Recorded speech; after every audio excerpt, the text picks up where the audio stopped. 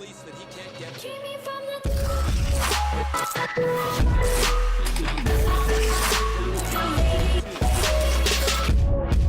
Yo, what's going on, guys? We're playing some more MLB The Show 16 here in the background, but we're going to be talking about Tim Tebow. Yes, the ex-quarterback that, well, he didn't have the greatest, experience back there at quarterback, but he's trying out baseball now for the New York Mets. He made his debut today, and what we're going to be talking about is Tim Tebow good for baseball?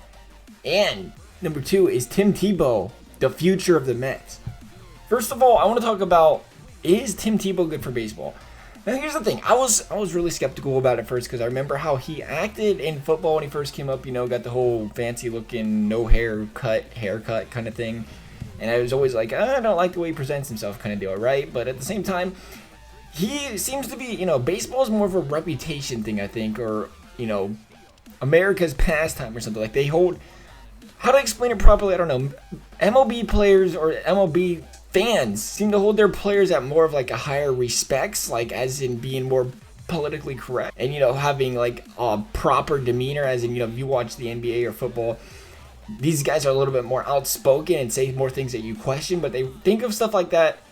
But it's one of those things, so you kind of question, like, how would baseball receive it?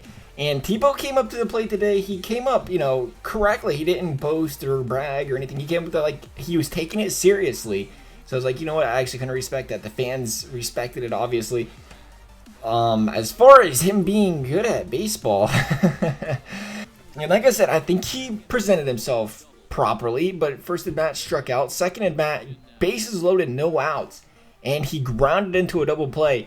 And much like the announcer said, that might be the first time somebody's been cheered for grounding into a double play. And then it was his third at bat. The third at bat, I think he had a hit by pitch.